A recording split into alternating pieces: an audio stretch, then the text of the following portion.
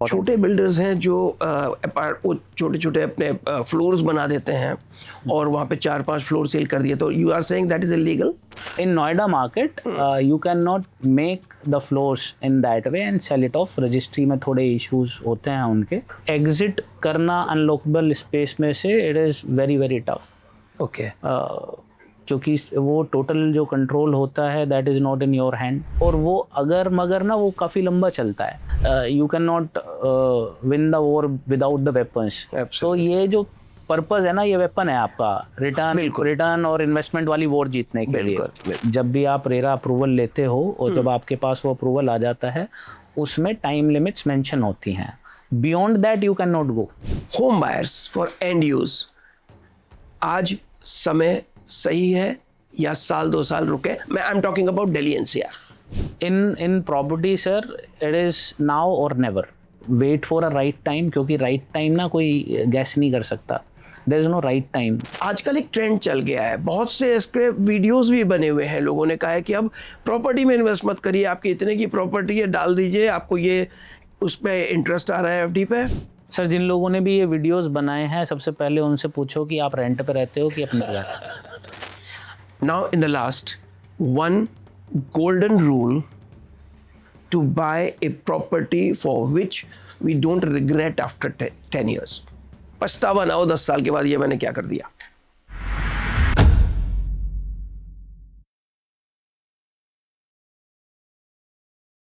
Welcome to this edition of the Influencer Talks.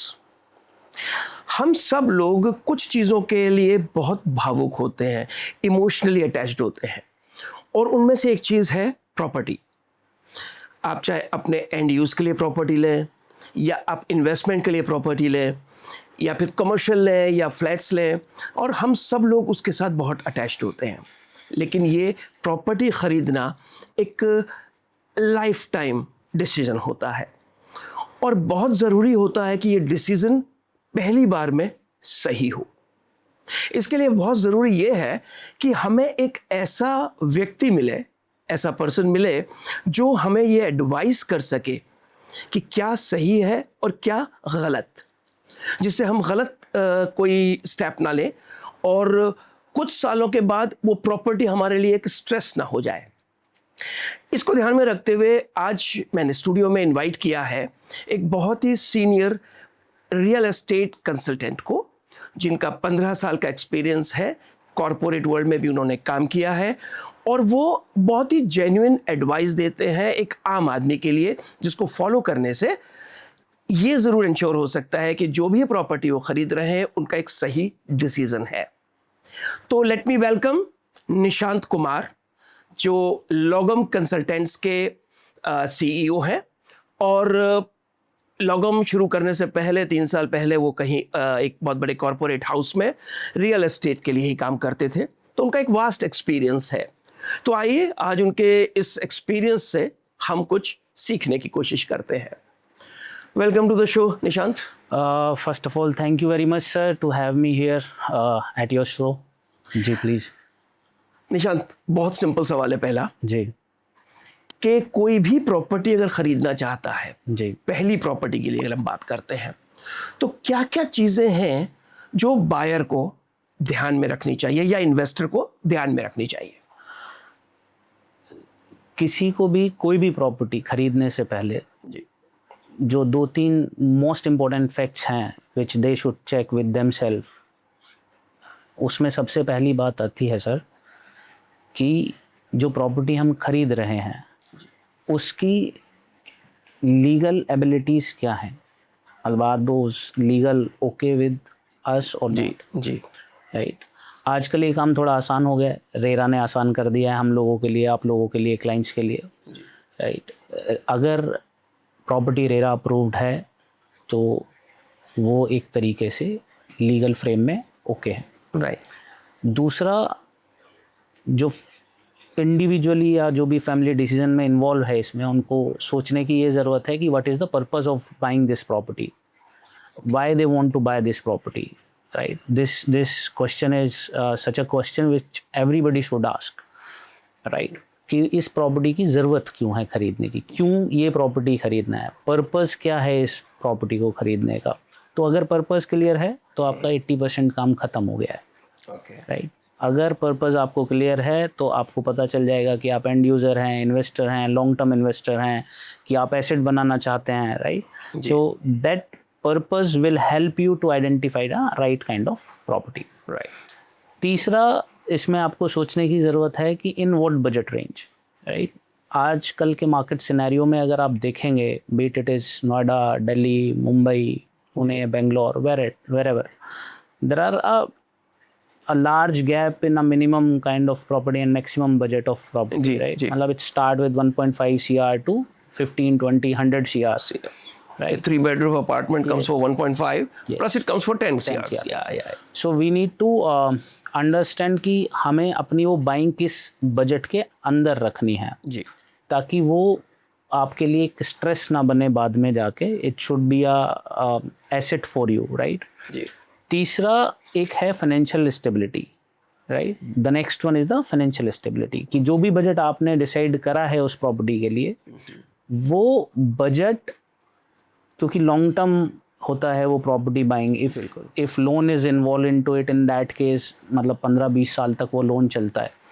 तो वो financial stability आपके पास है या नहीं है to keep that property with you in long run. Right. So ये 2-3 चीज़ें हैं जो सभी को ध्यान में रखने की ज़रूरत है। मतलब ये जो आपने लास्ट पॉइंट बताया है ये फाइनेंशियल स्टेबिलिटी का, यहीं अभी जो हम थोड़ी देर पहले बात कर रहे थे कि एक सेफ प्रॉपर्टी का, रियल एस्टेट का सेल्स पर्सन और कंसल्टेंट में जो फ़र्क आता है, जी, क्योंकि एक सेल्स पर्सन आएगा, उसको अपनी एक प्रॉपर्टी को सेल करना है, वो आया, उसने आपको अपना प्राइस बताया, जो डिस्काउंट देना है दिया, आपको प्रॉपर्टी हैंड ओवर करी और चला गया। जी। लेकिन एज ए कंसल्टेंट आप किन किन चीज़ों का ध्यान रखते हो अपने क्लाइंट्स के लिए? सबसे पहले जो मैंने आपको बोला, पर्पस, जी, है ना। ये 3 क्वेश्चन हैं, जो मतलब एक ही क्वेश्चन है जो 3 लोगों से अलग अलग तरीके से पूछा जाना चाहिए। जी, सबसे पहले क्लाइंट को अपने आप से पूछना चाहिए करेक्ट। कि what is the purpose of buying this property. जी, फिर उस कंसल्टेंट को वो क्वेश्चन अपने क्लाइंट से पूछना चाहिए कि what is the purpose why you are buying the property, right. Then वही क्वेश्चन अगेन क्लाइंट को पूछना चाहिए अपने कंसल्टेंट से कि why this property you are suggesting to me, right. तो ये वाई वाला जो चक्कर है ना सर, ये वाई वाला चक्कर बहुत इम्पोर्टेंट है to buying a decision, to buying a property decision, right. You if you are having that answer of why आपस में कभी से, बिल्डर से भी पता चल गया आपको कि why I buy your property, consultant से भी पता चल गया आपको वाई दिस प्रॉपर्टी, आपको भी पता है वाई दिस प्रॉपर्टी, राइट। तो आपके जो जितने भी थॉट्स आपके माइंड में हैं जी, किसी भी प्रॉपर्टी को बाय करने के लिए, वो सारे थॉट्स आपके क्लियर हो जाएंगे। स्पेशली जो एक इमोशनल एक एंगल आता है जी। जब आप कोई प्रॉपर्टी बाय करते हो, तो वो एंगल आपका क्लियर हो जाता है जब आपको पता होता है कि why you are buying this property. अच्छा, कोई भी किसी नए एरिया में, नए सिटी में, या अगर आप जाते हैं और वहाँ कोई सोसाइटीज़ बना रहे हैं, कोई बिल्डर बना रहे हैं, तो क्या चीज़ों पे आप ध्यान देते हैं कि आपको ये लगे कि हाँ, इन फ्यूचर ये चीज़ जाके एक हॉटस्पॉट बन जाएगा? देखिए, जैसे हम बात करते हैं यमुना एक्सप्रेसवे की, है ना। आज से 10 साल पहले की बात करते हैं, जी, राइट। अब 10 साल पहले Yamuna expressway was the area, specially मतलब जो जेवर वेवर वाले आसपास वाला जेवर वाला जो एरिया है, वो area is quite a new area to everybody, right. अगर हम 10-12 साल पहले की बात करें, जी, तो कोई भी एरिया क्यों हॉटस्पॉट बनेगा, उसके पीछे ना कुछ फैक्टर्स हैं। उनमें से पहला फैक्टर ये है कि गवर्नमेंट के क्या इन्वेस्टमेंट्स हैं वहाँ पे, जी, जी, मतलब गवर्नमेंट के क्या प्लान हैं, क्या प्रोजेक्ट्स हैं, जिसकी वजह से वहाँ पे एम्प्लॉयमेंट आएगा, राइट, राइट। फिर दूसरा आपको ये देखना है कि वहाँ पे बिल्डर्स के क्या प्लान्स हैं, how much they are putting money into, और वो बिल्डर्स किस तरीके के हैं, आर दे लोकल डेवलपर्स और they are the renowned name of the market, right. उसके बाद हमारा इन्वेस्टमेंट शुरू होता है वहाँ पे। मतलब सबसे पहला जो इन्वेस्टर चाहिए आप उस जगह के लिए, दैट इज़ गवर्नमेंट। अगर गवर्नमेंट उस जगह पे इन्वेस्ट कर रही है ओके, सोशल इंफ्रास्ट्रक्चर बनाने में, या जो भी गवर्नमेंट जिस भी तरीके के इंफ्रास्ट्रक्चर डेवलप करता है, रोड्स, राइट, जैसे एयरपोर्ट की हम बात कर रहे हैं, तो एयरपोर्ट गवर्नमेंट ने बनाया, तो अब उसके सराउंडेड बहुत सारी चीज़ें बन रही हैं। Again there is another project of government which is a film city, है ना। तो गवर्नमेंट के कितने स्टेक्स लगे हैं वहाँ पे। करेक्ट, उसके बाद कौन से ऐसे डेवलपर्स हैं जिन्होंने वहाँ पे लैंड बाय करा है, कितने, क्योंकि उनके भी इन्वेस्टमेंट्स अच्छे होते हैं. You are if some good developers investing in hundred of crores, thousands of crores, so it means that there is something which is going to be happen at that place. तो जैसे अभी यमुना की हम बात कर रहे थे या जेवल की हम बात कर रहे थे, यमुना एक्सप्रेसवे की, तो 10 साल पहले नया था, हॉट स्पॉट है, आजकल लोग इन्वेस्ट कर रहे हैं अच्छा खासा ना. तो that's how people should took the decision की सबसे पहले गवर्नमेंट का देख लो, गवर्नमेंट क्या कर रहा है. Okay, that is the benchmark कि अगर गवर्नमेंट स्पेंड कर रही है वहाँ इंफ्रास्ट्रक्चर पे, ऑब्वियसली अगर गवर्नमेंट ने पैसे अपने लगाए हैं वहाँ जी पे, जी जी जी, तो वो उस पैसे से कुछ ना कुछ आउटपुट चाहेगा. बिल्कुल. और वो आउटपुट तब आएगा जब हम लोग वहाँ जाएंगे, है ना. मतलब जनरल लोग जो स्पेंडर्स हैं, जो स्पेंड करेंगे, उनके लिए अब जैसे यमुना पे अथॉरिटी ने जो लैंड बेचा है बिल्डर्स को, यमुना अथॉरिटी ने या जो भी अथॉरिटीज़ वहाँ की कंसर्न है, तो उन्होंने एक अच्छा खासा अमाउंट चार्ज करा है बिल्डर्स से. अब वही चार्ज बिल्डर जनरल क्लाइंट से करेगा. तो that's how it is going to be. अब हम थोड़ी सी बात करते हैं जो इन्वेस्टर्स हैं जी. उनके लिए. कमर्शियल प्रॉपर्टी में एक दो तरह के होते हैं, एक लॉकेबल और एक अनलॉकेबल. जी. क्या डिफरेंस है और इन्वेस्टमेंट किस तरह, अगर किसी प्रॉपर्टी को मैं लेता हूँ जी. और उसका रेंटल जो है वो 3 to 4% of the cost of the property है, जी. तो is it viable to buy such things? See again सबसे पहले वहीं पे पॉइंट आता है कि what kind of property it is. ठीक है. If it is a residential one, right, तो in that case 3-4% is a quite a good percentage in terms of rental, right. Okay. अगर हम कमर्शियल की बात कर रहे हैं तो कमर्शियल के लिए 3-4% is not a viable situation. जी. We need to rethink that it's not a right kind of investment. We should find out some other options. Okay. Right. Residential में 3-4% मतलब मोर देन इनफ है. Generally 2-2.5% consider करा जा सकता है, करा जाता है जनरली. लेकिन कमर्शियल में 3% is not a good number. Okay. Right. तो क्योंकि रेजिडेंशियल में क्या है कि there is a capital appreciation involve. Okay. Right. वहीं रेंटल में जो कैपिटल एप्रिसिएशन है that is totally dependent on rentals.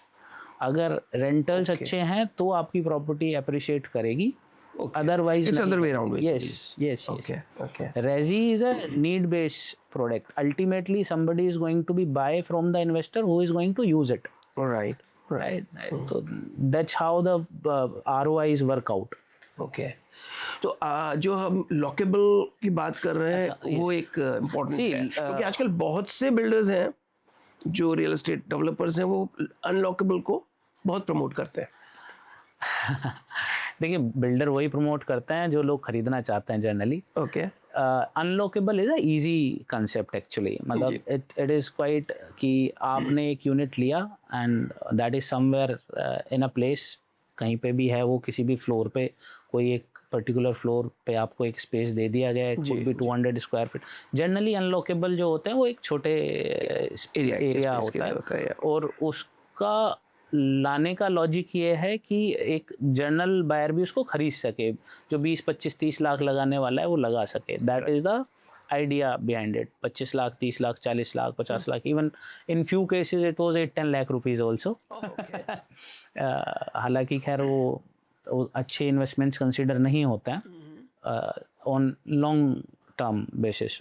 Right. तो जो अनलॉकेबल स्पेस है, उस स्पेस में प्रॉब्लम क्या है कि आप अगर सिर्फ रेंटल पर्पस से खरीद रहे हैं तो then it is totally fine.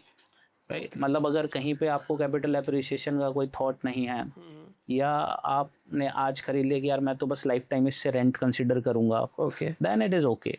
अगर आप उसको कैपिटल एप्रिसिएशन की तरीके से भी देख रहे हैं तो in that case unlockable spaces is not a good option for any investment.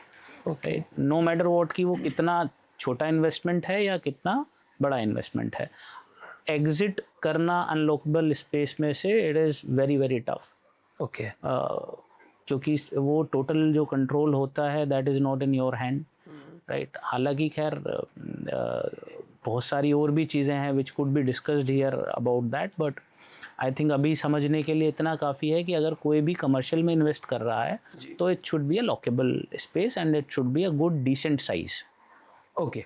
मतलब ये 100-150 square feet is not a size to invest. अच्छा, फ्यूचर ये रीसेल इसका प्रॉब्लम होता है. बहुत प्रॉब्लम है sir. It is quite difficult to get it exit. अगर कोई सिर्फ रेंटल पर्पज से ले रहा है और कोई कमर्शियल स्पेस ले रहा है, तो is it okay to spend higher amount in a metro, or is it good to have a cheaper thing in a tier 2 tier 3 cities? Both is okay sir. Both is okay. Again मतलब जो मैंने appreciation कहाँ ज़्यादा हो सकता जो मैंने आपको पहले भी बोला था, हम पर्पस से नहीं हमें भटकना चाहिए, है ना. पर्पस जो भी है हमारा इन्वेस्टमेंट में स्पेशली, अगर वो क्लियर है तो जैसे आपने बोला कि आप एक बड़े ब्रांड के साथ एक अच्छा हैंडसम अमाउंट डालना चाहोगे या एक टीयर 2 टीयर 3 सिटीज़ में जाके कुछ ऐसा ख़रीदना चाहोगे जो वहाँ पे टीयर 2 टीयर 3 सिटीज़ में अनसर्टेनिटी थोड़ा ज़्यादा रहता है. Okay. मतलब अगर आप मेट्रो सिटीज़ देखेंगे जैसे अभी नोएडा, दिल्ली, गुड़गांव, यहाँ पे अगर आप देखते हैं तो यहाँ पे थोड़ा सर्टेनिटी ऑफ रेंटल्स है. क्यों है? क्योंकि most of the brands want to be part of this population, right. मतलब अगर कोई भी बड़ा ब्रांड है तो वो फॉर श्योर यहाँ पे होगा ही होगा इन सिटीज़ में, मेट्रो सिटीज़ में. लेकिन जो टीयर 2 टीयर 3 सिटीज़ हैं उसमें जो अनसर्टेनिटी और अनक्लैरिटी एक रहता है कि अगर ऐसा हो जाएगा तो आपका रेंट अच्छा हो जाएगा, अगर मेट्रो आ जाएगा तो आपका रेंट अच्छा हो जाएगा. और वो अगर मगर ना वो काफ़ी लंबा चलता है. मतलब it's quite a longer period. तो उतना पेशेंस आप में है कि नहीं है, उतना रिस्क एपेटाइट आपके अंदर है कि नहीं है, आप उतनी होल्डिंग कैपेसिटी आपके अंदर है कि नहीं है. Let's suppose you bought a property today, है ना, और आप उसको, आपका पर्पस है कि यार अभी ना मैं 10 साल है मेरे रिटायरमेंट में, 10 साल के लिए मैं अपना कॉर्पस कहीं पे पार्क कर देता हूँ, 10 साल बाद मैं इस प्रॉपर्टी को बेचूंगा और I will enjoy my retirement, right. और वो पैसा आप कहीं एक ऐसी अनसर्टेन लोकेशन पे लगा देते हैं जहाँ की कोई सर्टेनिटी नहीं है और उस टाइम लिमिट में नहीं है जो टाइम लिमिट आपने सोचा है, राइट. तो अब वो 10 साल बाद जब आप वहाँ पे उस जिस पर्पस के लिए आपने लगाया है, जब आप उसको सेल करने जाते हैं और वो सारे प्रोजेक्ट्स जो आपने सुने थे कि ये आएंगे, होगा, और वो नहीं हुए हैं, तो in that case obviously you will not get the desired amount. बिल्कुल. फिर आपको लगेगा कि यार इससे अच्छा हमने कहीं ऐसी जगह डाला होता विच इज सर्टेन. करेक्ट. तो अगेन जो भी डिसीजंस हैं उसके पीछे एक जो पर्पस है या जो गोल है आपका to buying a property, that matters a lot. Location कहाँ है, कैसे होना है, कौन सा प्रॉपर्टी होना, ये सब उसी पे मैटर करता है. मतलब that would be the essential. बोलते ना कि you can not win the war without the weapons. तो ये जो पर्पस है ना, ये वेपन है आपका रिटर्न और इन्वेस्टमेंट वाली वॉर जीतने के लिए. बिल्कुल. तो ये आपको क्लियर करना पड़ेगा. In fact what you are saying is कि चाहे आपको एज एन इन्वेस्टर डाल रहे हैं पैसा या एंड यूजर डाल रहे हैं, ये पर्पस बहुत इंपॉर्टेंट है. सर देखो, ये तो अगर सबसे पहले जैसे आपने बोला कि एंड यूजर की इन्वेस्टर, पहला पर्पस तो यही क्लियर कर दो, है ना, कि भाई मैं इन्वेस्टर हूँ. अब in that case if you are investor तो आप इमोशंस को साइड रख दो. ठीक बात. कि नहीं मैं नोएडा में नहीं खरीदूंगा, है ना, मैं दिल्ली में ही लूँगा प्रॉपर्टी, या मैं गुरुग्राम में नहीं खरीदूंगा, मैं तो दिल्ली में ही प्रॉपर्टी खरीद. If it is a investment then you must consider कहाँ पे आपको ROI ज़्यादा आने हैं, कहाँ पे आपका कैपिटल एप्रिसिएशन ज़्यादा होना है. और उन सब के लिए there are lots of research available, right, जो हम लोग पढ़ते हैं, है ना, जिनकी वजह से हमें पता होता है कि कौन सी जगह पे कहाँ पे कौन सा डेवलपमेंट होना है और किस वजह से प्राइस एप्रिसिएशन एक्सपेक्टेड है, है ना. और मोस्ट ऑफ द केसेस में वो होता है सर, टेन्योर थोड़ा इधर उधर हो सकता है कि हम 2 साल एक्सपेक्ट कर रहे हैं वो 3 साल में होए, बट आपका कैपिटल सेफ रहता है, which is again a very important thing. See generally जब मैं बात करता हूँ लोगों से या जो मेरे क्लाइंट्स आते हैं मुझसे कंसल्ट करने के लिए, they are more concern about the returns, capital appreciation. जबकि मेरा कहना उन लोगों के लिए ये है कि सबसे पहले आप सोचो कि क्या मेरा कैपिटल सेफ है यहाँ पे, है ना, जो आप कैपिटल पार्क करना चाहते हो वो कितना सेफ है। सेफ से मेरा मतलब ये है कि आप वर्सेस चलो ना, कि अगर मैं यहाँ पे पार्क कर रहा हूँ तो मेरा कैपिटल कितना विदाउट स्ट्रेस मुझको रिटर्न कमा के देगा। एक जगह आपने लगा दिया जो अपना पैसा जहाँ पे आपको स्ट्रेस है, यार ये पता नहीं मिलेगा भी नहीं, कब कहीं पे होगा, मिलेगा क्या यार। होगा, कैसे होगा, है ना। एक जगह you are parking your money where you are sure कि अच्छा ठीक है 5% 6% का ROI रेंटल आ रहा है, बट ठीक है my money is safe. Yeah. तो अगेन फिर वही पॉइंट आता है कि आपका पर्पस, आपका रिस्क एपेटाइट आपको क्या अलाउ करता है ना, तो वो एक समझने की चीज़ है। So what do you advice, आज मैं आज के मार्केट सिनेरियो की बात करता हूँ कि व्हाट इज एडवाइजेबल कि नए जो प्रोजेक्ट्स आ रहे हैं उनमें इन्वेस्ट करें या ऑलरेडी जो रेडी टू यूज है, नहीं, विच इज सेफर? आज के सिनेरियो को देखते हैं, जब हम देखते हैं कि बहुत से ऐसे बिल्डर्स हैं, बड़े रियल एस्टेट डेवलपर्स हैं जिनके प्रोजेक्ट्स बहुत डिले हो रहे हैं, तो क्या करना चाहिए? क्योंकि कोई अगर इन्वेस्ट कर रहा है, एंड यूज के लिए कर रहा है या इवन इन्वेस्टमेंट के लिए, अगर रेंटल के लिए कर रहा है, तो पता लगा उसने कहा 3 साल के बाद मैं इतना दे रहा हूँ और 3 साल बाद मेरे पास आ जाएगा। वो अपना भी रेंट दे रहा है और अगर अपने घर में रह रहा है तो उसका EMI दे रहा है। तो क्या डिसीजन लिया जाए कि what do you advice sir देखिए, और कैसे उस डिसीजन तक पहुंचे? हाँ, ये जो कैसे वाला पार्ट है ना, दैट इज मोर इंटरेस्टिंग। क्या डिसीजन है ये अपने आप हो जाएगा, कैसे पहुंचना है उस डिसीजन पे, दैट इज मोर इम्पोर्टेंट। सबसे पहले हमें ना 2 असेसमेंट करने होते हैं, जो एज ए कंसल्टेंट समझना चाहिए लोगों को कि वो असेसमेंट कैसे होंगे। सबसे पहले आप फाइनेंशियल असेसमेंट करें, बिल्कुल, है ना। अपना जो भी क्लाइंट है जो आपसे प्रॉपर्टी वो बाय करना चाहता है, उसका एक फाइनेंशियल असेसमेंट बहुत ज़रूरी है, राइट। दूसरा असेसमेंट होता है पोर्टफोलियो असेसमेंट, कि what you already having, what kind of property you already have in your portfolios, right. अब जैसा आपने बोला कि कोई एंड यूज़र है, राइट। अब एंड यूज़र के पर्सपेक्टिव से अगर आप अंडरस्टैंड करेंगे तो हमें ये समझना है उसको ये प्रॉपर्टी अभी चाहिए रहने के लिए, या उसको 4 साल बाद चाहिए, राइट। अगर आपको ये प्रॉपर्टी अभी चाहिए तो then there is no discussion about it कि आपको रेडी टू मूव लेना पड़ेगा। बिकॉज अगर आप अंडर कंस्ट्रक्शन ले रहे हो तो yes there is uncertainty, time का तो है ही, है ना। वो बनेगा ना बनेगा वाला सिचुएशन अब नहीं है मार्केट में, okay, right. That situation has been through. क्यों? क्योंकि एक तो रेरा ने बहुत सारे रूल्स रेगुलेशंस ऐसे ला दिए हैं। कभी हम रेरा पे डिटेल्ड में बात करेंगे कैसे रेरा ने क्लाइंट को ईज दिया है, राइट। दूसरा, जो ब्रांच हैं आजकल जो प्रॉपर्टी में आए हैं, those are such branch who are already well settled into market, और जितने भी बड़ी कंपनीज हैं वो सब मतलब लिस्टेड कंपनीज हैं, तो they don't have fund crunches and all, है ना। इस तरीके का नहीं है, तो उन्होंने जो टाइम लिमिट दिया उस टाइम लिमिट में वो बना देते हैं।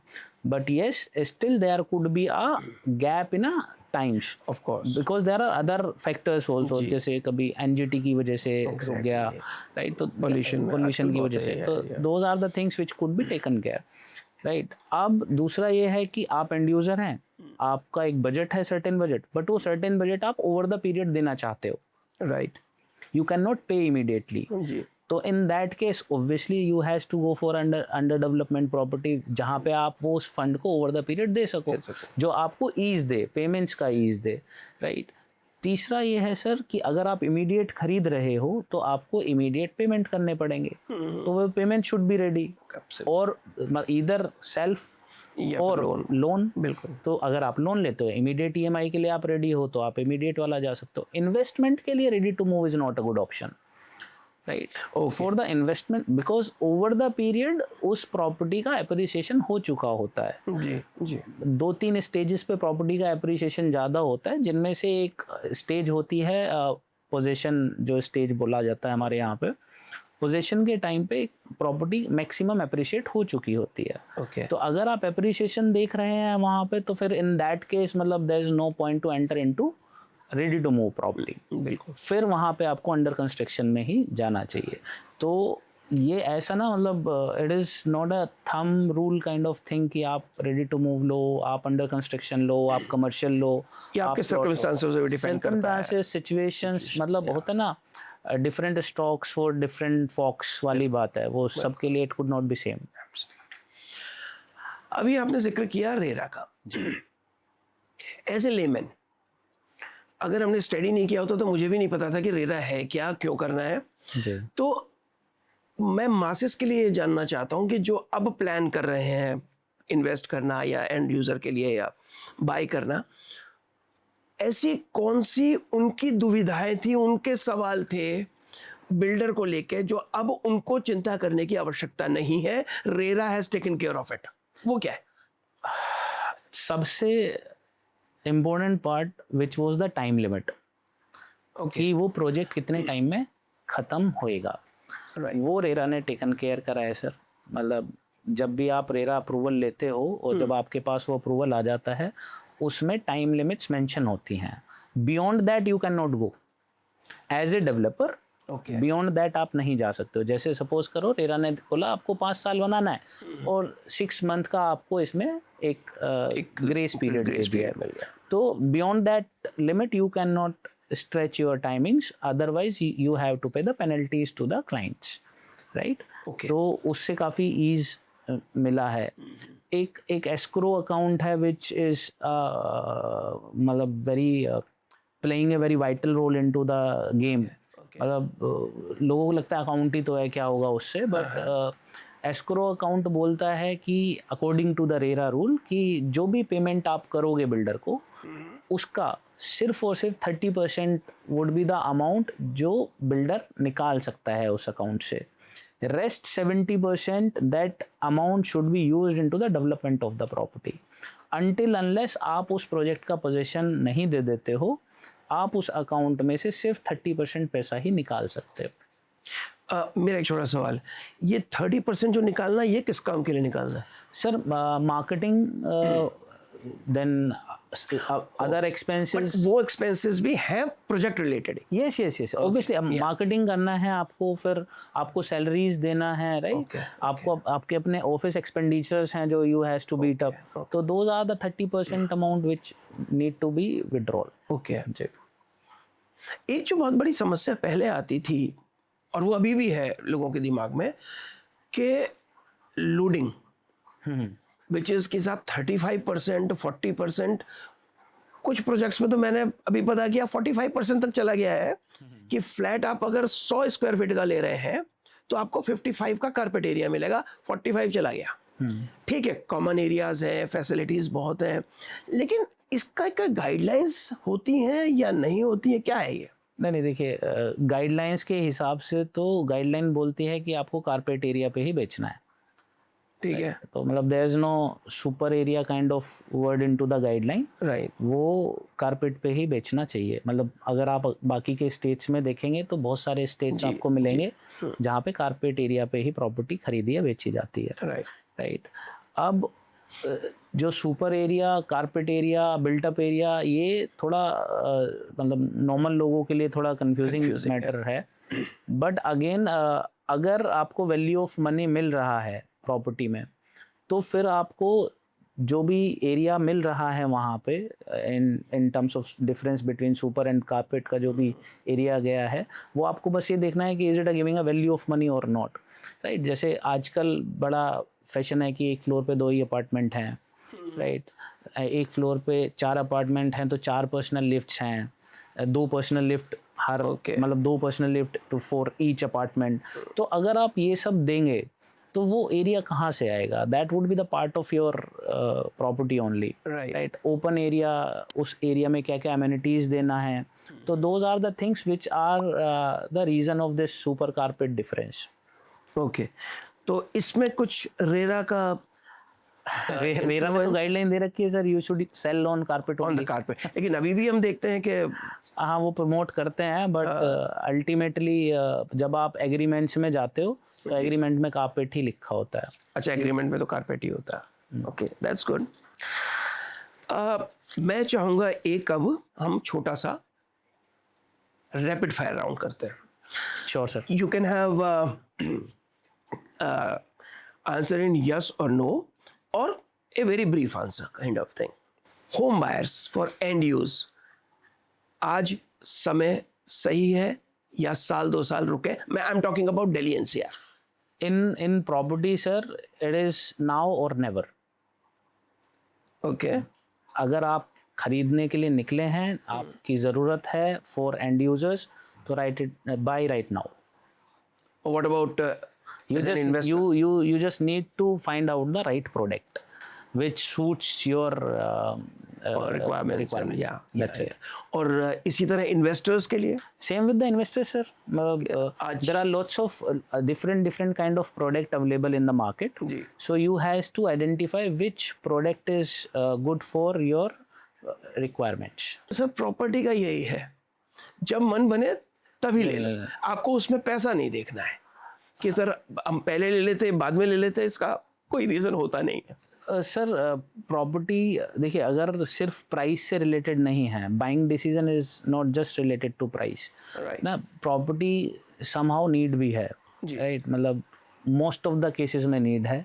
आपको दुकान खोलनी है, आपको प्रॉपर्टी चाहिए, बिल्कुल, राइट. आपको रहना है, आपको प्रॉपर्टी चाहिए. राइट, चाहे आप रेंट पे रह रहे हैं तो भी आपको अब कोई ना कोई खरीदेगा उस प्रॉपर्टी को जिसमें आप रेंट पे रह रहे हो, करेक्ट, राइट. तो इधर wait for a right time, क्योंकि राइट टाइम ना कोई गैस नहीं कर सकता. There is no right time. Right और रॉन्ग वो एक दिन में ऊपर नीचे में पता चल जाता है. वॉर नहीं था तो राइट टाइम था, वॉर हो गया है तो अभी राइट टाइम नहीं है. लोगों का कहना है ऐसा, but still it is a right time to buy the property. Keeping in mind 10 years for the best returns, residential और commercial? Both. Okay. Both. Again, as I said too earlier, that purpose play a vital role again into it. Though I am more residential side in this question that you are asking, residential or commercial. I am residential side Towards because residential, because appreciation of residentials is better and comparative to commercials. Seriously? Yes.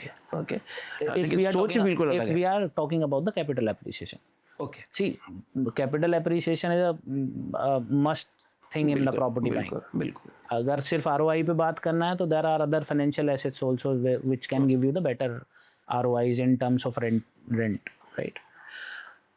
For a family, middle class family, owning a high value property with high value of EMI is better, or stay on rent and invest the difference between the EMI and the rent?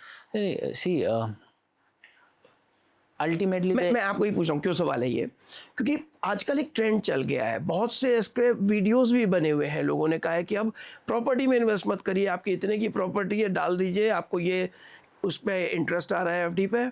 Sir, जिन लोगों ने भी ये videos बनाए हैं, सबसे पहले उनसे पूछो कि आप रेंट पे रहते हो कि अपने घर, राइट. मतलब that is the first question which should be asked. Right, क्यों बोल रहा हूँ मैं? अल्टीमेटली आपको घर की ज़रूरत तो है ना. मतलब that is the one thing which is 3 basic things जो होती हैं, उनमें से एक चीज़ है कि घर चाहिए ना. जैसे रोटी चाहिए, कपड़ा चाहिए और मकान चाहिए. वो कब से चला आ रहा है, राइट. तो house is a essential need, right. तो ultimately you are going to buy. अब रहा सवाल इस बात का कि आपको वो खरीदना कब है, कि आपको ज़्यादा EMI दे के खरीदना है, या आप रेंट पे रह के पहले कॉर्पस क्रिएट करना चाहते हो फिर खरीदना है. तो ये एक ठीक तरीका है कि आप पहले एक सर्टेन कॉर्पस अपना तैयार करो for a time being, and then you enter into a property buying, right. अगर आपके पास अपना कॉर्पस नहीं है, जी, है ना, तो फिर थोड़ा मुश्किल होता है. ओके. अच्छा, for a new investor, is it good for a low investment with low returns, or higher investment with higher risk but higher returns, considering कि उसके पास पैसा है? सर, रिटर्न, रिस्क, ये सब ना कैलकुलेटिव करे जा सकते हैं, राइट. मतलब अगर हम एक मतलब रिस्क लेना चाहिए या नहीं? हाँ, बिल्कुल लेना चाहिए ना सर. क्या प्रॉब्लम है? मतलब आप देखो ना, पहले हमें रिस्क समझना चाहिए कि रिस्क है क्या, राइट. अब property market is not like a share market, right, कि एक दिन ऊपर उधर कुछ हुआ और इधर नीचे गिर गया वो, है ना। एक लंबा साइकिल है, बढ़ने का भी लंबा साइकिल है, ओवर द पीरियड्स बढ़ते हैं। अब जैसे नोएडा के प्राइसिंग जो बढ़े हैं पिछले वो 8-10 सालों में बढ़े हैं, वो इतना करके, राइट। अब वो अगर कभी अभी स्टेगनेंट भी अगर होते हैं फ्यूचर में जाके किसी भी पर्टिकुलर एक एरिया के, मैं ये तो नहीं कह रहा कि पूरे नोएडा के स्टेगनेंट हो जाएंगे, जी, बट किसी एक पर्टिकुलर एरिया के which is now most expensive location of the Noida, तो वहाँ पे स्टेगनेंसी आएगी सर। राइट, तो वो जो आप बोल रहे हो कि रिस्क की जो बात है, तो वो हमें कैलकुलेटिव वे में समझना है। अब अगर हम एक कोई ऐसी जगह पे पैसा डाल रहे हैं जो ऑलरेडी स्टेगनेंट हो चुका है, तो वहाँ पे क्या क्या रिस्क हो सकता है। पहला रिस्क है कि जो आपने पैसा डाला है वो बढ़ेगा नहीं, ठीक है जी। मतलब आप इसकी जगह कहीं दूसरी जगह पे पैसा डाल सकते थे, जिसको एक हम अपॉर्चुनिटी कॉस्ट बोलते हैं, राइट। दूसरा क्या रिस्क हो सकता है वहाँ पे, बनेगा कि नहीं बनेगा, ये वाला रिस्क तो खत्म हो चुका है ना। क्योंकि अब किसी भी ब्रांडेड डेवलपर के पास आप जाओगे जिसके मल्टीपल प्रोजेक्ट्स हैं, more than 50, more than 100, more than 300, and they are registered in SEBI, they are having their IPOs, they are having everything ना। There are lots of developers like that, जो अभी जो recently Noida market में है। Max is one of them, Sobha is one of them, then Godrej is one of them. ऐसे बहुत सारे developers हैं जो अब एक लार्ज स्केल पे नोएडा को टारगेट कर रहे हैं। तो वो बनने ना बनने वाला रिस्क खत्म हो गया, राइट। तो आपका capital will remain with you. अगर अब फिर आता है कि ROI का जो आप बोल रहे हो, रेंट वाला जो रिस्क है, that will come in the commercial properties, right. अब कमर्शियल प्रॉपर्टीज में आपने किस रेट पे खरीदा है, किस सिचुएशन में खरीदा है, किस पोजीशन। अगर आप इनिशियली एंटर करे हो तो आपको प्राइस कम मिलेगा, जिसकी वजह से आपके ROI ज़्यादा आते हैं। आप लेटर ऑन स्टेज पे जाओगे तो इन दैट केस आपको पैसा ज़्यादा देना पड़ेगा, rent will remain the same, right. तो आपके ROIs कम हो जाएंगे। जी, जी। तो इट इज़ अब मैंने बोला ना, वो रिस्क एपेटाइट पे मैटर करता है जी। रिस्क लेना चाहिए, रिस्क लेंगे तो रिवॉर्ड्स मिलेंगे sir, but it should be calculative risk, it should be calculated. एक शायद हम लोग अभी and discuss for that we are here very to calculate, very true sir, calculate the risk and बिल्कुल। These things. अच्छा, एक चीज हम शायद अभी डिस्कस कर चुके हैं उसमें, लेकिन फिर भी मैं एक बहुत इंपॉर्टेंट पार्ट है ये, ए लार्ज ड्रीम होम और 2 smaller Holmes for resale value later on. Sir, no doubt into answering this question. 2 smaller homes would be the perfect answer for this, because again जैसे जैसे ticket size आपका बढ़ता जाएगा, let me tell you, ticket size मतलब the total cost of the property is called a ticket size in our industry. तो अगर ticket size बढ़ता चला जाएगा तो आपके बायर्स धीरे धीरे कम होते चले जाएंगे। तो वी शुड ट्राई कि हम बहुत बड़ा टिकट साइज ना बाय करें if it is for the investment, right. बेचना हमेशा छोटे टिकट साइज को ईजी होता है। Now in the last, one golden rule to buy a property for which we don't regret after 10 years। पछतावा ना हो 10 साल के बाद ये मैंने क्या कर दिया। Just as I started with this thing ना, आई सेड टू यू कि आपको पूछना है वाई, बिल्कुल, राइट। सबसे पहले आप बीइंग ए क्लाइंट अपने आप से पूछो कि why I need this property, what is the purpose to buying this property.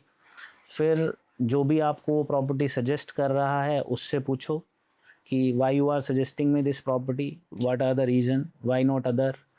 तो why is a golden rule, इसको डाल दो आप, तो आपको समझ आ जाएगा कि आपको कभी भी ना स्ट्रेस लेने की ज़रूरत पड़ेगी, ना आपको रिग्रेट करने की ज़रूरत पड़ेगी, बस वो वाई आपको क्लियर होना चाहिए।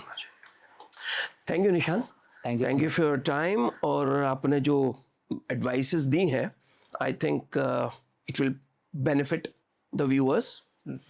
और thank you so much sir. Thank you.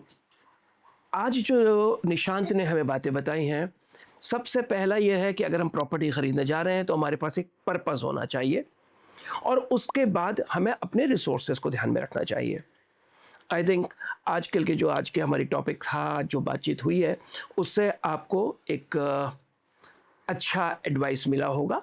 And do write to us in the influencer talks. अगर आपका कोई भी सवाल है निशांत से, तो हमें आप लिखिए और हम उसको उन तक ज़रूर पहुंचा देंगे। Thank you, thanks for viewing. the influencer talks.